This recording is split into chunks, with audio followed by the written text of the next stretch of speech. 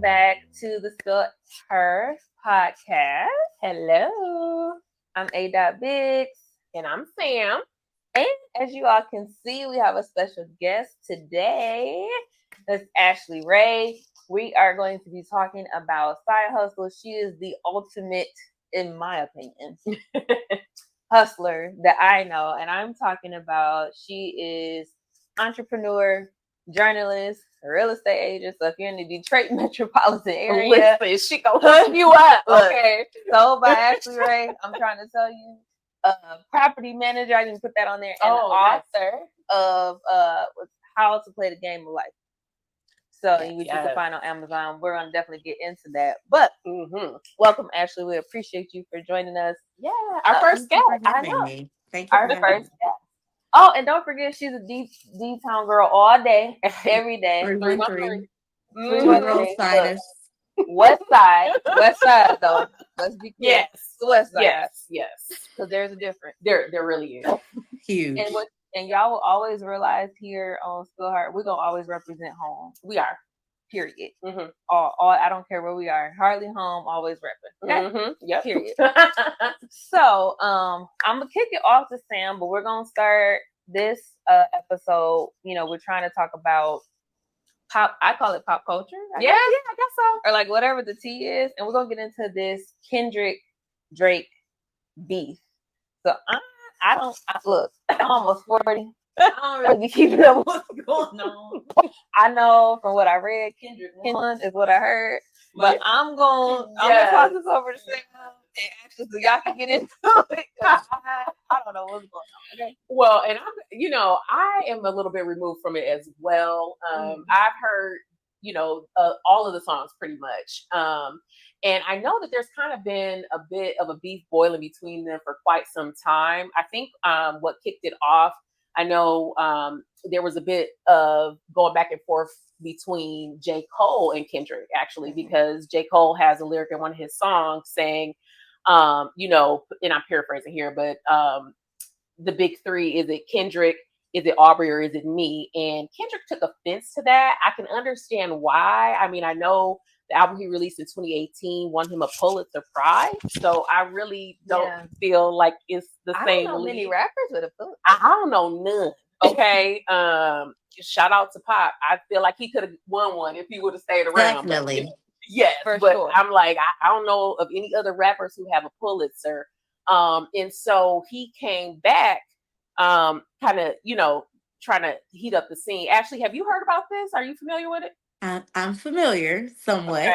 Okay. So let me preface this with I used to love Aubrey because in my day, and I'm saying 2005, 6, 7, I felt like Drake always catered to the black girl in college. And I just love that about him, because it was stripper city when we were coming up. Like everything was about strippers. And then, I mean, he eventually got to that, but he made it very clear, like, keep going, girl, etc. And then all of a sudden he started taking this turn, I want to say for the worst. And this will be the ultimate turn. Okay. Because there are so many things that we know about Drake now that he's an actor. And that's basically what Kendrick is highlighting. And everyone thought that Kendrick's lyrics about him copying culture or not being black, etc., or alluding to not being black, he's really not talking about race. He's talking about where he's from and how basically he's a culture vulture because he's totally jacked Black American Canadian. culture. He's Canadian, and most of his time he's horny Canadian. Yeah, he stole his style from Houston. And can I add the fact that I honestly didn't realize that Jake was from Degrassi for a long time. Listen, I used to watch Degrassi. That's how I knew who Drake was to begin with, because I watched. That's what I was like, wait a minute. I said the boy from Degrassi. I said that's who he wasn't he? Yeah. Girl, Degrassi was good. Look, let me say, we are not making fun of the disabled. We are not. We are not. They be sensitive now that it ain't that. I just was like, is that the same person? It's the same character. Yes. So like when people were like in the beginning, like what Ashley was saying, like that 2005, 2006 like time frame. I was like Drake, and I kept looking. I said, that should be Yeah. like, You know, and I think when I first heard about Drake, I liked his style, right? Like I felt like he had a style, to your point, Ashley, that just wasn't something that you heard at the time. I think, you know, since then though, I know that he's kind of expanded his audience, right? And as such, I guess you have to expand your message, child. I don't know. But I do know that the word on the street, what the people is saying is that Kendrick tore him up, right? And if you haven't heard any of these songs, go to YouTube, literally just Google it, you know, Drake Kendrick battle, right? Everything will be there for you. But it's gotten pretty intense, and it got to the point where, and I don't know if you all have heard back to back, but it's like it broke all types of records on Spotify. It was literally the most streamed song ever on Spotify, right? And it's a diss track. And I think, you know, to me, I think it really showed the talent that Kendrick has, because what he was doing, not only with his words, right, but the way that he set this song up, he said, listen, you have a formula. I got your formula. I can do your formula, right? So let's do this and then, you know, kind of show who you are. Unfortunately, there were a lot of allegations that came up during this battle, right? One of domestic violence that Kendrick had committed against his longtime girlfriend and fiance, who apparently he is not married to. Yes. And then also allegations that Aubrey is a pedophile, right? So like Ashley got the T face. What's the T face at? you know what? Look, Ashley having the T. I bet you do. And it's up to you whether or not you want to spill it. But baby, it looked like it's hot. Okay, it is piping. It's piping hot over there.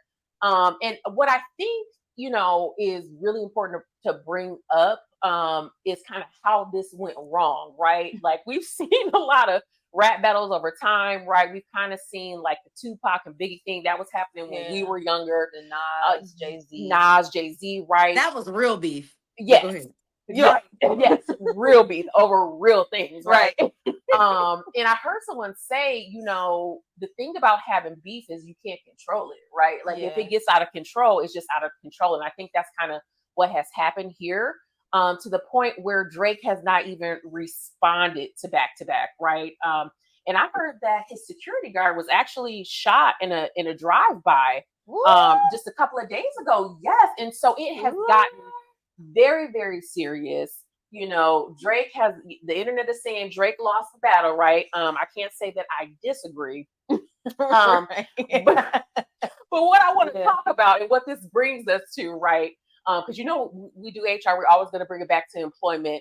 How do you even come back from such a highly visible miss at work, right? And I know all of us have had to learn how to do something at one time, right? We've been in a corporate environment. How might he even come back from this? Okay, so I'm not sure. I want to address a couple of things first. Yeah, go ahead. Okay, one, I want to say I do not think that the shooting had anything to do with Kendrick Lamar. In my mind, this is very calculated Drake type. Oh, we're going to make it like it's a big, you know, a big deal to take the attention off of him losing the rap battle. There's a lot of people that don't feel like Kendrick lost the rap battle because they don't understand lyrics. Right. They don't understand entendres. Like, for example, his Kendrick's line was when he said, "You probably struck a chord, and I bet you it's A minor," right? Yeah, people. So everybody's thinking like, "Oh, a minor," because he's got these allegations. Nobody's thinking about the piano chords that A minor are all white keys. Right. Oh, you know what? You just revealed to me. Come on, DSA. DSA. Okay. I posted that actually on Facebook, like, like, so it's getting deeper and deeper. Yes, but this is how Kendrick is. And another thing that people didn't realize is what Simona said. Like, Kendrick started off with those slow beats because he's giving you a warning. I'm warning you. I'm showing you that I have your formula, right? Like you said, and everybody's complaining like, oh, I want something that I can bop, bop, bop to. And then he gave you something and he just put it to rest. So the best thing that I think Drake can do in this situation, since he was wrong and he has been like demolished, he could just simply say, he can play it off to the public like, this is just what it is, but ultimately you need to apologize to Kendrick. And Drake has made some questionable comments about girls that are underage, and he has someone in the OVO crew that is a pedophile. Wow. Why is he on the payroll? Why is he around you? And it's not a secret anymore, thank God, that it's so much pedophilia in Hollywood, in the music industry. So I don't put it past anyone. Anybody. Yeah. Really. After I found out about R. Kelly, I was done. Child, that's just a scratch of the surface. And the thing is, it's way deeper than that. It goes to the people who get paid before you do within your contract. It's them, the big the top tier people are the people who implement these things. Right. Yeah. So in the workplace though, nevertheless. Child. I mean, I'm trying to think. I don't know if I've ever had like a moment where I felt like I had to bounce back. Like maybe to me, I felt like I've had to bounce back, like because my standards be way too high sometimes. Way too high. Way too high when it comes to work. So in my mind, I'm like, oh my God, but everybody else is not looking at it like that. But I like what Ashley said about like sometimes you just gotta take the L. Yeah. Apologize. You know what I'm saying? Like you was wrong, you was in the wrong. And then do what you got to do to move forward. Agreed. Like, granted, some people are not going to let it go. Like, that's just life. Like, people are going to always bring up the past. It could be 10 years later. You done did all these great things. They'll still bring it up. But you got to be able to, like, own your mistake, own where you know what I'm saying, where you went wrong. Take that and move on and try your best not to get embarrassed again or do it again. And perfect your craft. Right? I think if Drake doesn't come back as a stronger rapper from this, then, I mean, what are we really doing here? Right. I think that he needs to just do something else. Yeah. I thought about that. To Degrassi. I was thinking we would either see him acting or, like he should see him acting every time he's on stage. He should revitalize his acting career. Yeah. Bring that back from the dead. I think so. You know what?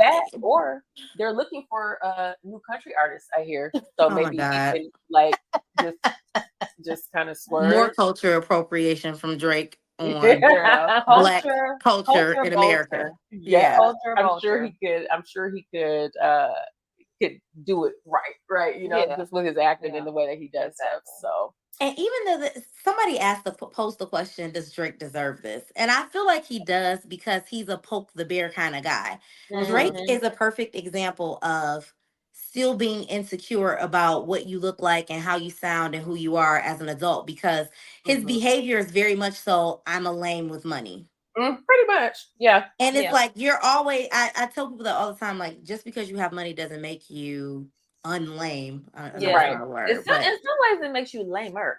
It's more, you're more lame. You definitely are, because you're using these, why are you mad at Rihanna's man? Because he's with Rihanna. Like, they got 2 babies and they minding their own business. They own billionaire business, millionaire, whatever. Yeah. Like, I don't understand. But something you just said, Ashley, was interesting because like playing devil's advocate. Okay.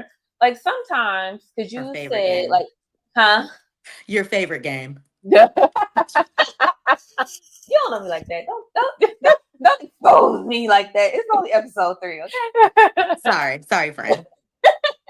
But you're saying like, when people like get older and they're still trying to find their voice and like do all these things, like figure out who they are. Yeah. Sometimes I feel like, especially for us, if you like in corporate America, like you are still trying to figure it out because you switching so much. Yes. You know what I'm saying? I agree. So it's like, to some degree, you're doing it so much to where when you are in the real world, it's like, who am I? Yeah. And how do I? Because you're steady code switching, you just trying to do the thing. We were talking about this earlier about like, for me, there's so many mental acrobatics that I have to go through just to get through the work day. Like, depending on who I'm talking to, what the conversation is about. Like, it took me 30 minutes to send a simple email reply once. Because I'm like, who's it going to? what is this thing? Even though I know what I'm doing is right and this is what should happen, but depending on who I'm dealing with, like sometimes it's hard to like figure out like your voice. Yeah. You know what I'm saying? Totally agree. And I think for Drake, he found a voice that has worked for him, right? And so to this point, and he's decided to just kind of take it in and run, right? So and don't get me wrong, I'm not saying people don't copy things. Everybody copies everything. You know, even in the Bible it says there's nothing new under the sun, right? But the thing is there has to be some of your own authenticity in there. And I think what this battle exposed is like, who is Drake, right? Like, who is he? And that's all Kendrick has exposed. Like, who are you? Who is he? Yeah. And I feel like, and I know we could switch to our next topic, but I always feel like Kendrick is like the Dave Chappelle of rap. He really is. Like he's setting the bar. Because I feel like, you know, I always say with Dave Chappelle, like you have to know what's going on in the world. You have to be able to like the stuff that he's saying, like the A minor thing you brought up earlier. Ain't nobody really thinking about that unless you're really paying attention. Right. And so I was like, he's like the Dave Chappelle to me. Like with Kendrick, I have to really pay attention because he's talking about real things. He's not talking about anything that we can't go find and research on our own or something like that, but he's taking it like a step deeper. So if that alone, Drake lost. Like in my point, because I'm like, damn. I said, damn. I feel like I got to go write a paper after listening to Kendrick. You know, we need that. And he's rapping. Yeah, we need that. And I think the last thing I want to call out before we switch is if you have. So we've talked about a few things, right? Just want to summarize this here for everybody who's listening. If you have a highly visible failure, we're saying you need to own up to your mistake, right? You need to move forward. You need to understand when you can't move forward and it's time to just kind of, you know, bow out. And that may mean, you know, either you are completely giving up, you're realizing this is not your lane, or it could even, you know, mean a positive thing for you, right? Because not that Drake is going to do country. Don't come after me. I'm not saying he's going to do country, but if he were to select a new genre, or maybe he just becomes a business mogul or whatever that is for him, at least he, you know, the mistake can bring a positive thing in the end. And that's what I really wanted to come across in this conversation. I know because we've talked before, you know, HR people are not perfect, right? We are not perfect. We all make mistakes. I'm close. Yeah, but not perfect. Pretty much as close as you can get, you know, as close as you can get. I mean, as close as you can get, yeah. So, you know. And I can't say that I've made like a huge mistake either. But I've worked with folks who have been, you know, managed out in the HR area and just kind of talking about go ahead. Okay. No, after you're done, pick me. Oh, okay. I was like, oh, is she raising her hand? You know, but I've worked with folks who have been managed out, and I've left organizations, right? Because you know, I think one thing that we share is our intuition, right? Like I can look, I can hear, I can, you know, and I know exactly what's going on in the background. That was not a natural thing that I had. I'm normally just a very like carefree, trusting person. And so, you know, I can understand how it might be difficult for folks to thrive in an HR role. If that's you, if you've made a mistake, just, you know, all I'm saying is you can take these tips and you can move forward. It's not the end of the world. It's really not. Just go get a new job, baby. But what did you want to say, Ashley? Something that Ashley mentioned, A Biggs mentioned about taking a long time to respond to emails because you're trying to figure out like what to say and how to say it. That's actually a good tactic to just like take a minute and think about it, but not 30 minutes. But something that I am constantly working on is the tone of the email, because I literally don't mean it in any sort of way. I'm just stating exactly what it is.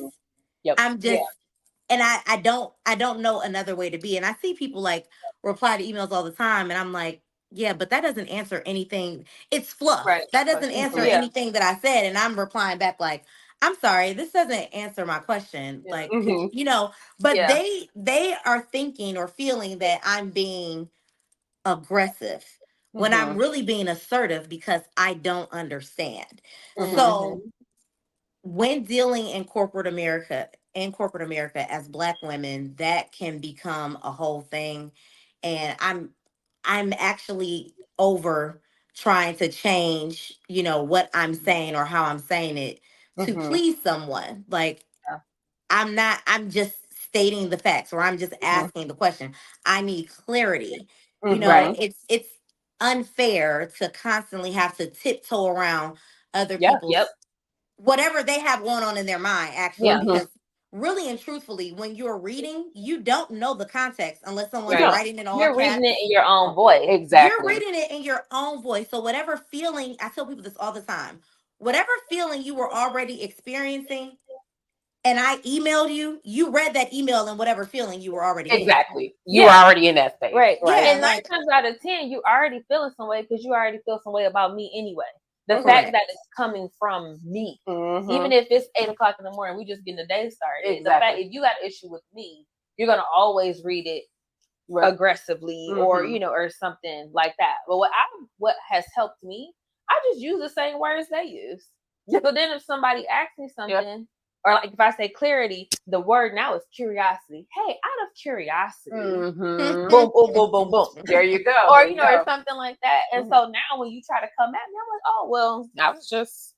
We use the same verbiage. I don't understand. Yeah, I don't understand. You were seeking understanding. I was seeking understanding. I don't seek to understand. Can you clarify? Exactly. Yeah. And I used to not be that way, but I am that way now. I had to figure out how to find my own lane as like a business professional, right? A business partner. Yeah. And I have to tell you, like, I don't care either. Like, I'm just going, because listen, I just have to say it, and I think I come from a standpoint of I'm never trying to be disrespectful or rude, even if someone, may come. So why would you assume that? Exactly. Right. So I'm like, I'm not, I'm just going to say what I have to say. I do it everywhere in my life. I'm not going to stop doing it when I come to work. So deal with it or get lost. Like, that's it. That's where we at now. Yeah, pretty much. But anyway, now that we done gave you that hot tea, right? Your throat is moistened, okay? You done had your moistened, had your libations. You done learned about hip hop if you didn't come here for that, right? So now you can look that up. Yeah. Let's get into the topic for today. Okay, let's talk about the side hustle. Side hustle. So if y'all recall, episode 2, we kind of got into this conversation around toxic work environment. Yep. And how, like, at some point, you just got to make a decision. You got to decide, hey, am I going to stick it out? Or am I going to, like, figure out, am I going to work for somebody else? Or am I going to go work for myself? Which is why I asked Ashley to come. Yes. And we'll, we got some questions for you, Ashley, and all the things. I promise you, it ain't going to be rocket science. Nothing like nothing you can't honestly, answer. But what I wanted to kind of point out before we ask the questions is, like, so everybody knows, like, in 2020, we were shut down. Like, we couldn't do nothing. I had learned to do my makeup. So I was doing my makeup every week. Like, all the things. Like, probably, like she did that, girl. On the call. I couldn't because I was too depressed because I was in the house with a newborn. Oh, Lord, it was so dark. Okay, anyway. Yeah. Just okay. I'm still trying. You're here now. Okay. Yeah. But one of the things that really I would say, like, boomed from 2020 is like entrepreneurship. Yes. There were so many people that probably had hobbies or dreams or something like that, and they're like, hey, I've been wanting to do this thing for a long time, and now I got this opportunity because they either got laid off.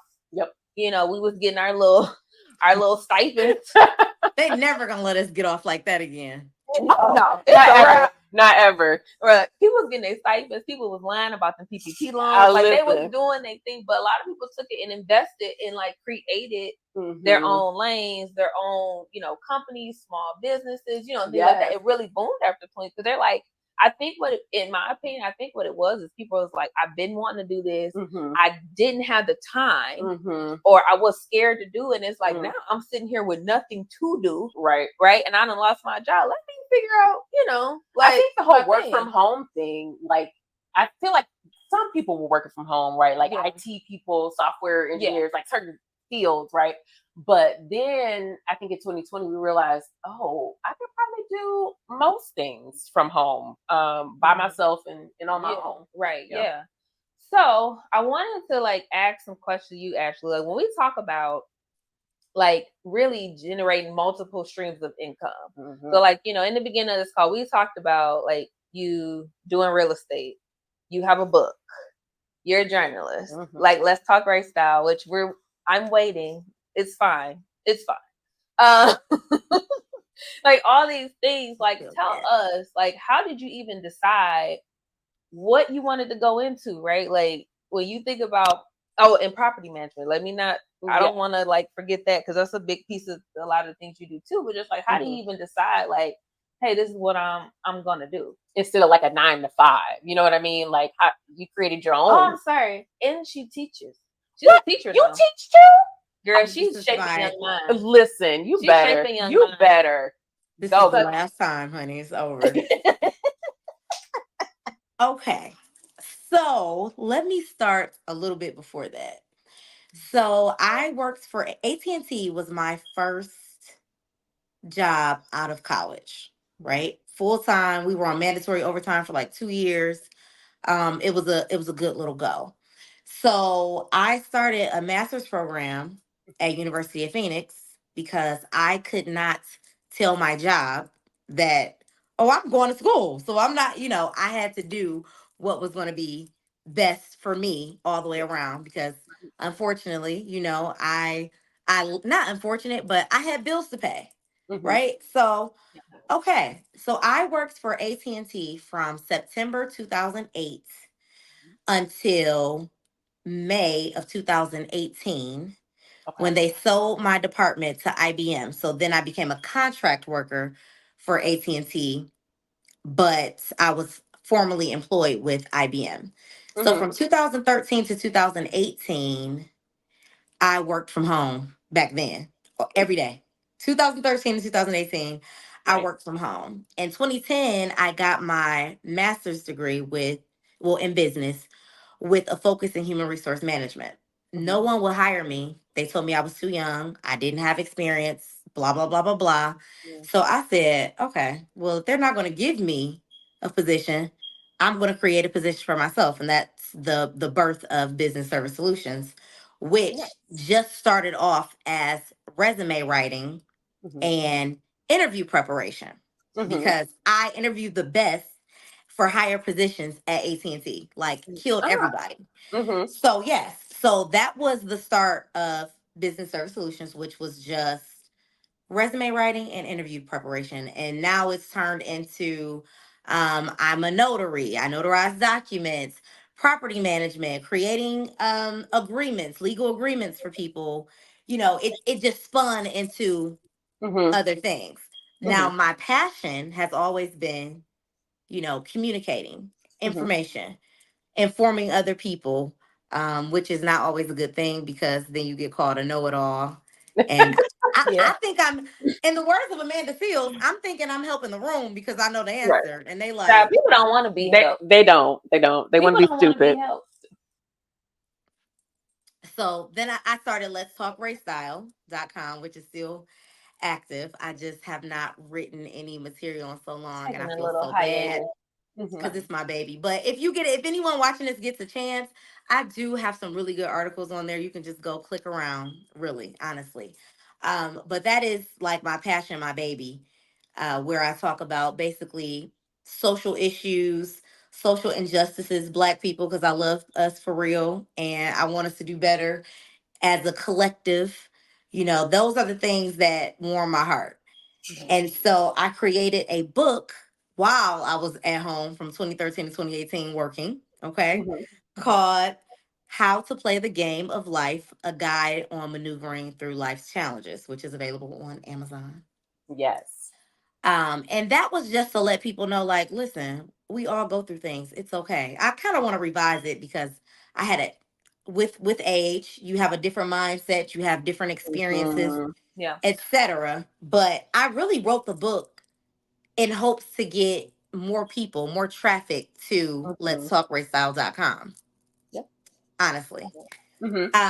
So there are also journals on there for sale and some shirts if you like. Just throwing that out there. Let them know. We're gonna drop all the links. Yes. All the links. Okay. So then in 2018, AT&T lays off all the time. Yeah. So this particular time, they gave us the announcement that they're going to be laying more people off. And I said to myself, I said, I'm not going to worry about it. If I get laid off, it's only to force me to do bigger and better things because I'm too comfortable. So I ended up getting laid off and I was like, okay, this is what it is. So I really did not work from 2018, okay, until 2020. I worked a job for 1 month because of coronavirus. Wow. And then I was laid off again. And I was just like, okay. So during Corona, because I was already property managing for a friend of mine. So when Corona hit, a former friend of mine was like, please take this real estate class with me. And I'm like, what? She's like, it's only $200. It's only 6 weeks, blah, blah, blah, blah, blah. So I'm like, okay. So I took the class. So I'm taking the class. I'm like, damn, I kind of know some of this stuff because my aunt was in real estate. She had been trying to get me in real estate like when I was way younger. My dad used to be in real estate in 2005, 6, 7, 8, that era. They always tried to get me to do it. So I was like, I'm going to take the test. Took the test. The best money I've ever made. Yeah, we getting those big commissions. Got that return on your investment. Yeah. Okay. Like,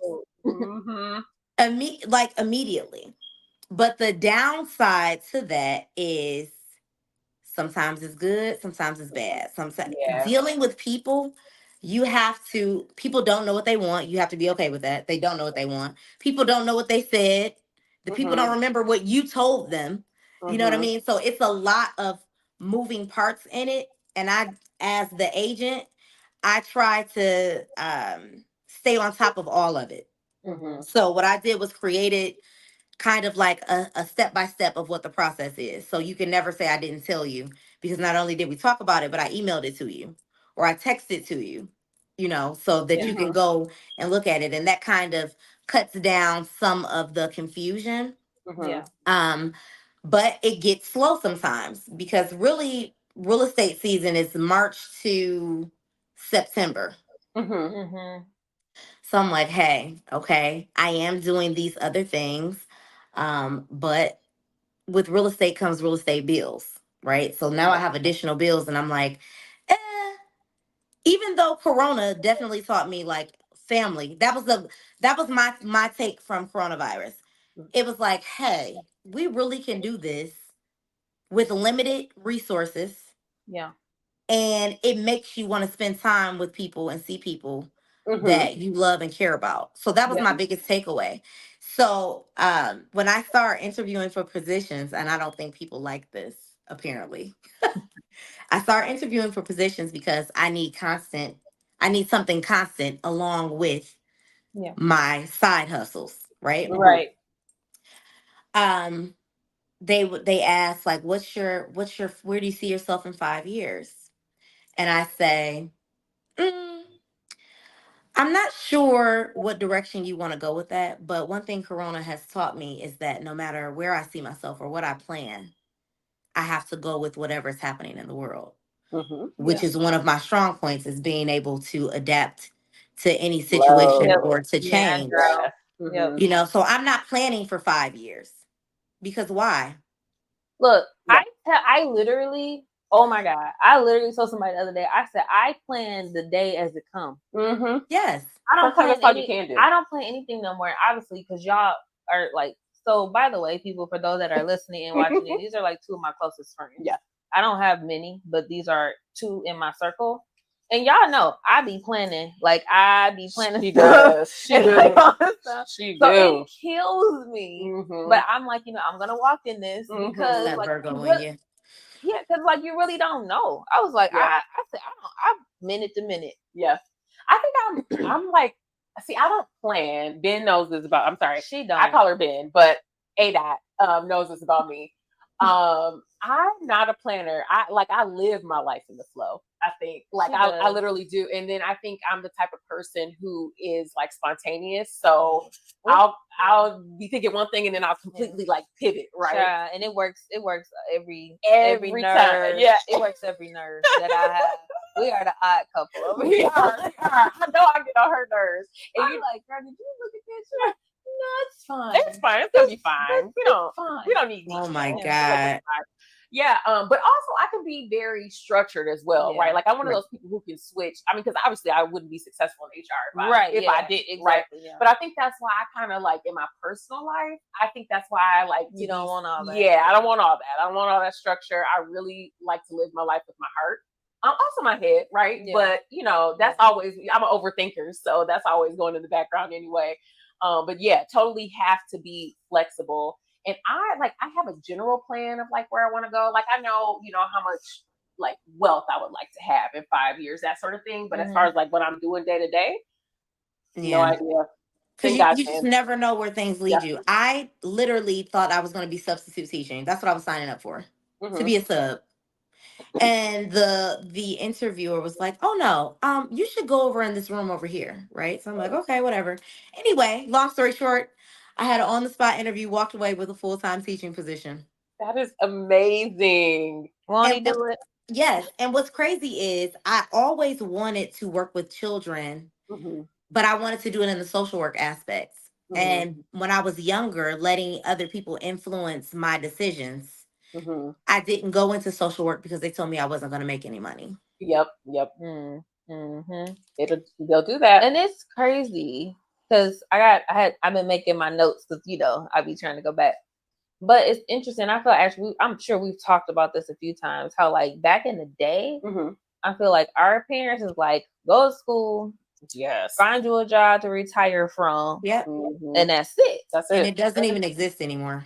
Right. It doesn't exist. I think I only know of one company that actually has like a pension plan, right? You can still get pension if you work for the government, but you're also going to Yeah. cap out at it. Yeah, like you're going to get paid and less. I know, because I used to work for the state of Tennessee. And so I know when I was there, like I still, like I think when I get 60, I give me a little check or something because I stayed long enough to be vested. But like now everybody that they've been hiring recently, they won't have it. Like it's just traditional 401k or something like that. But what I was going to say was, it's like interesting how people will project their fears to you, right? And I think to our particular generation, because I'm biased to our generation, I think like our generation has seen a lot of things. Like we've lived before social media, before the internet and all that, and like what it is now. And to see like now, like our kids, you know, generation, they're like, I ain't doing this. I'm about to go do something else. Or, you know, they can go make money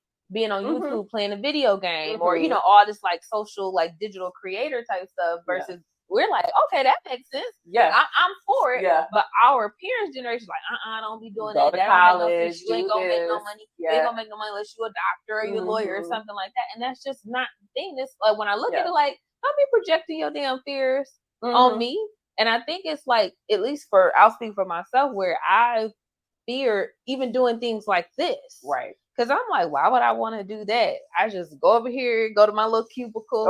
You know, eat my little lunch. You know, do my little work and go on, because that's what was always pushed to me. Versus now I'm like, okay, I probably can do something different, you know, or like tap into all these other things that are happening now. I think for me, like I've always seen myself as like an individual, I guess. And I always saw myself doing big things in life. Like that's just what was inside of my heart, right? I'm sure it's in everybody's heart, right? I don't think anyone's like, oh, I'm gonna grow up and be a bum. Like nobody's gonna do that. But let's hope not. Let's hope not, seriously. But I think for me, what I realized the longer I was in corporate America, the thing is, I think a lot of people get corporate jobs, because they don't want the stress of like having to take care of themselves, having to find work, right? Having to do all those things that kind of come with the corporate benefit package, if you will. But you know what I realized? You're going to be stressed there, or you're going to be stressed doing work that you love, right? Well, actually, you won't be stressed, because you will be doing work that you love, right? And you'll be doing it for yourself. So you will be stressed. Yeah. You'll be, but I mean, I think it's a different level of stress. Right.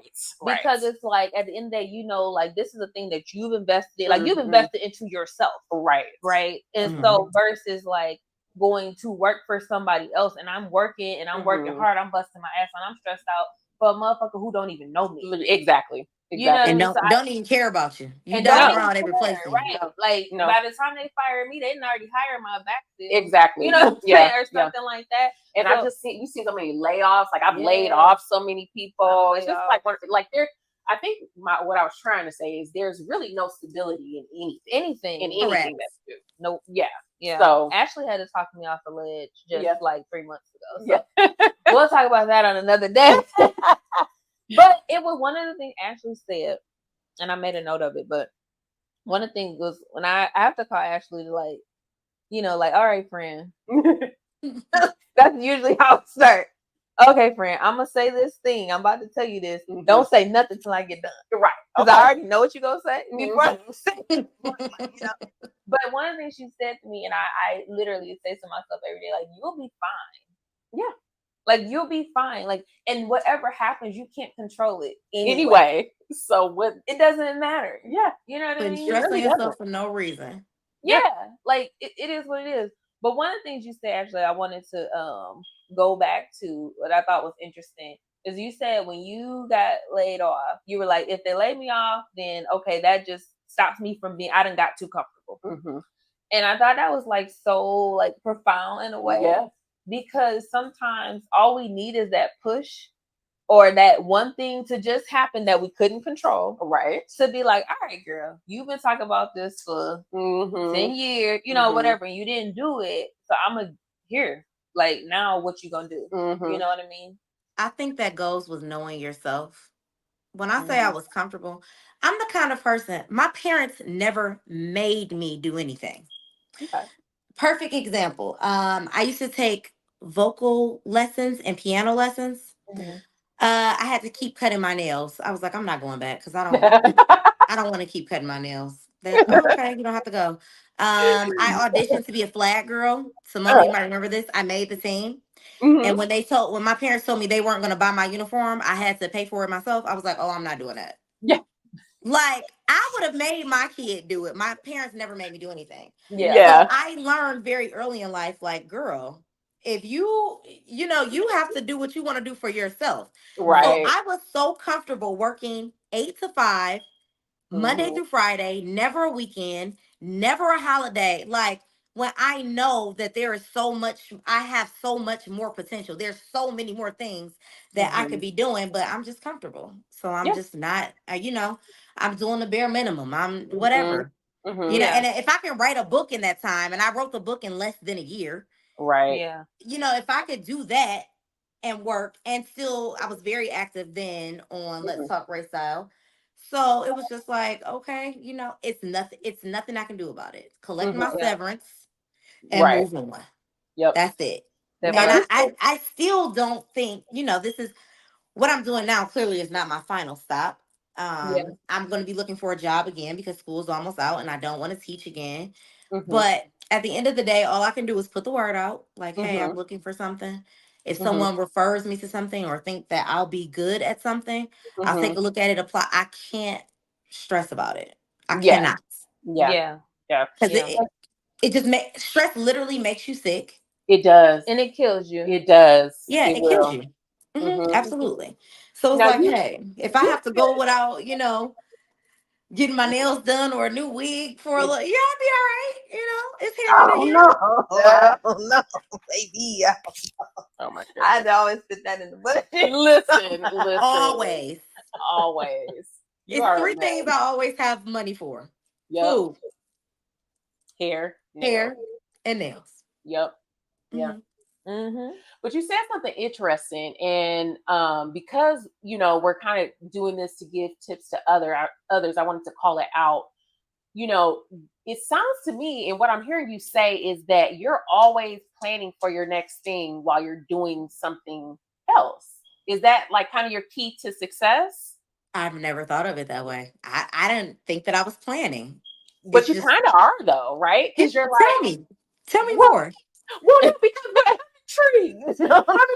because what I hear you say is, right, okay, I know I'm going to need to look for another job or my next thing. School hasn't ended yet, right? So you've been thinking about this for quite some time. Yes. So I think you go through an informal process mentally, right? Where you're like, okay, I know I'm going to need to do the same thing when you said, okay, if they lay me off, then whatever, I'm just going to have to do this. But before that, right, you kind of had some ideas of what you wanted to do. I'm sure that book didn't just come out of nowhere, right? So you already had your book. You maybe had seen a little bit of success from that, right? And I think publishing a book is powerful, even, no matter how it sells or whatever, because what it really is you're taking what you have up here and you're putting it together in a way that is logical for others. And that is powerful, right? To see yourself take that and actually make it into a thing and share it with the world. Yeah. Well, thank you. Yes, I think like had I done that, like it definitely would inspire me to be like, you know what, I could make something out of nothing. Let me tell you what. And people are doing it every day. I was just about to say, Simona, what's stopping you? What do you mean? Oh, ain't nothing stopping me, baby. I'm working in the background. Yeah. Okay. Don't even worry about it. We'll talk. We'll talk. Yeah. Okay. Well, but it did stop me for a long time though, because I was very much in the corporate mindset, and I went from oh my gosh, I'm in these HR jobs. I went to school. I went to school for journalism first, but then I switched to HR, and I was like, and this is what I want to do. And it seems like I keep getting these jobs where like the company just doesn't fit who I am, right? Like I just can't be myself when I work there. And so, me, I like change. All right, well, on to the next one, move myself up to where I am now, right? But in the back of my mind, I always wanted to write a book. I think the thing that stopped me from starting that side hustle was like my inner perfectionist, right?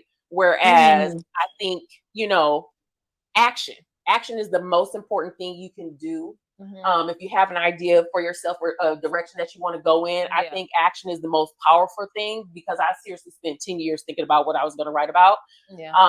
Luckily I finally got to where I need to be, and I'm on a good track now, right? But I think, had I grown up seeing the YouTube and all this other stuff you see now, baby, listen, who knows where I might be. About it is, and I say this too, and this is like no shade to anybody. Like I support the podcaster, the YouTuber, all the things, but like everybody's doing it. Yeah. Yep. And I feel like for me, and I told you this earlier, like even with the podcast and all this, I've been like in my head, it's been in my head for a little while, because people will call and like ask for advice or all my opinion on things and stuff like that. And I'm like, well, I got shit to say. I might as well do it too, know.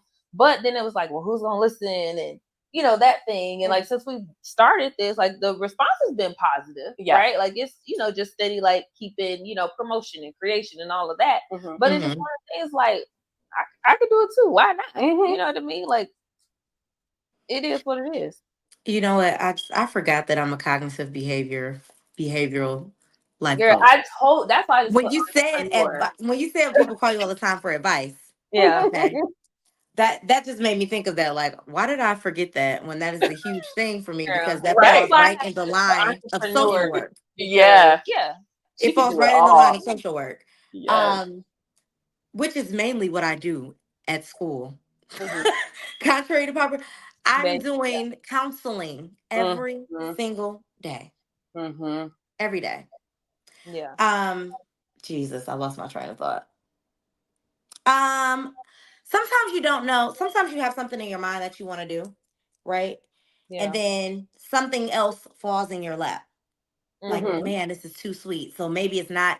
Maybe I don't think we think enough about, well, we are so focused on, but this is what I want to do. This is what I want to do, that we don't appreciate or take advantage of the opportunity that's in front of us, that's being given to us. Yep. And who knows where that may lead us. Yeah. Now on the everybody's doing it, everybody's not you. And and we like you said, we were taught go to school, get a good job. And we were in that. I was in that. From 19 to 25, I'm going to say 25 to 26. And then I was just like, it's really killing your inner child, which is your inner creativity. Yes. Yeah. So I think it's important. And, even if you feel like somebody's always watching. Yep. Somebody's you know what I mean? So it doesn't even matter who watches, how many people watch. It doesn't matter. You're doing something. You're filling a void for yourself and other people, whether you know it or not. Right. Yeah. So kudos to you both for starting a podcast, Simona starting her book, Yes. Yeah. Girl, she sent me a link. Write your book in a weekend. I said, girl, I did. Write your book. I did. I wrote it in a weekend. Was it the forward? Yeah, whatever. Put me in there on that. I could do that part. But yeah, I mean, I appreciate that, Ash, and I think it's just like I said, for me, it's just kind of like how y'all were saying, like, oh, I want to do this. Honestly, I feel like I've always like fell into things. Like even HR, it didn't start like that. It just kind of happened. That was like a thing. I didn't go to school for that. Right. That's not. But then it was like it fell in, and I would just happen to be good at it. Like it almost came naturally, like to me. I think where I struggle is like I have all these ideas. I just don't know how to get started. And sometimes a lot of the things that I want to do, I have to network for that. And y'all both know I'm kind of socially awkward to a certain degree. She's like, not. This is just, I was about to say that's not how I describe it as. She's the friendlier one out of us. I smile a lot more, but I smile to keep from crying, baby. But I'm saying like, so I'll say like, for instance, some people could walk in a room and they'll be like, oh, they'll introduce themselves and they do all that. That's not me. Like I'll find the person that like I can kind of hit it off with, and I'll kind of just gravitate there. But a lot of the things that I want to do, I have to like kind of come out my shell, like so to speak, to be like, hey, I'm trying to do this thing and da da da da. So I'm getting there, right? Because I obviously like I want to. I think I told both of y'all like I want to be able to like really help and serve people. I really feel like that's what I'm supposed to be here to do, is to help people. Just like be better and do things and all that. So that's ultimately what I want to do. So no, totally. Yeah, that's fun. I totally get it. And I think, I mean, you bring up a good point. But how do we know how to start this podcast? Girl, that's what I'm saying. Manifestation, like just manifest it. You know what I'm saying? If you want to write the book, just start typing. I've looked up on this seminar because I'm okay when it comes to nonfiction, but fiction, I'm like, it just gets so tough because of the way that I build my characters, right? Yeah. And so then you just start looking for resources. I've been taking classes at ASU. They have a basically like a literary program there, and you don't have to be a student, right? You can just, they have different workshops. They have writers that come, that sort of thing. Yeah. Same thing with this podcast. We had it in our mind. And she was like, I really want to do it. I was like, hey, I'm here for it, right? Like we had talked about it for a long time, and it just so happened that you had time to kind of get things going, and you just did the research. So I think that's one takeaway, right? Get your vision, do your research, take the first step, and then what else would you add? Before any of that, I would say, don't focus on being perfect. Don't worry about the mistakes. Just do it. Because you'll end up talking yourself out of it. Yeah. Simona, you saying that about the book just reminded me that I have a book with characters. They're like, it's actually a book of short stories, but in each short story, a character from one of the stories is actually incorporated in it. Nice. And I haven't finished it. You need to, and you need to go ahead and it's been like 5 years. This is your sign. Yes, it's been like 5 years. Do it. Yeah, this is your sign. There you go. So I want to, before we like wrap up, Ashley, I want you to tell the people where to find you. Obviously, when we post on YouTube, we'll drop like all all the socials, like all the socials and all those things. But where can people find you? Where can they find me on YouTube too? Yeah, there you go. See? On YouTube. So take a couple of seconds and drop all the handles. Alrighty. So depending on what you need, okay? If you're on Instagram, you can go to Ashley Rae. That's AshleyRae 817. And in the bio, it basically tells you everything that I do. It has every website. It has every link. So you could just go there as a one-stop shop and click away. Email, if you're looking for a house, please let me know if you are. Yes, let her know. Go to my email address, which is realtywithashleyw@gmail.com. What else? You can go to letstalkraystyle.com if you would like to do some reading on some social issues that we are having here in the USA. My YouTube is AshleyRaeTV, actually. So every blog that I write or every article that I write, I try to do a video on it. So that's mainly what it is because people don't like to read. That's really why I started YouTube. I actually hate videos. Yeah. So I think that's about it. You can find information about business service solutions from Ashley Ray 817 on Instagram. You'll see a link for that as well. Yeah, and we might need to do some new pictures because I forgot I'm a consultant with business service solutions. Yeah.